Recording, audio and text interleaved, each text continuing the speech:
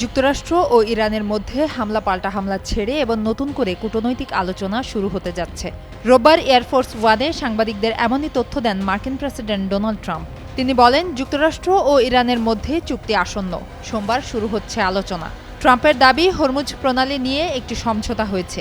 ইরানের পরমাণু নিরস্ত্রীকরণ নিয়েও সমঝোতা হবে বলে আশাবাদ জানান তিনি।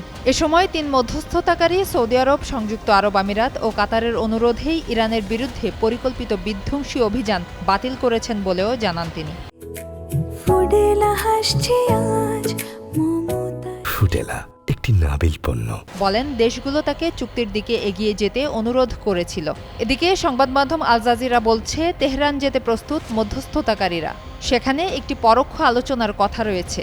এর আগে নিজের সামাজিক মাধ্যম ট্রুথ সোশ্যালে দেয়া এক পোস্টে ট্রাম্প বলেন, ইরান এবং মধ্যপ্রাচ্যে যুক্তরাষ্ট্রের মিত্ররা তাকে হামলা থেকে বিরত থাকার অনুরোধ জানিয়েছে। তবে ট্রাম্পের এ মন্তব্যের বিষয়ে এখনও আনুষ্ঠানিক কোনো প্রতিক্রিয়া জানায়নি ইরান।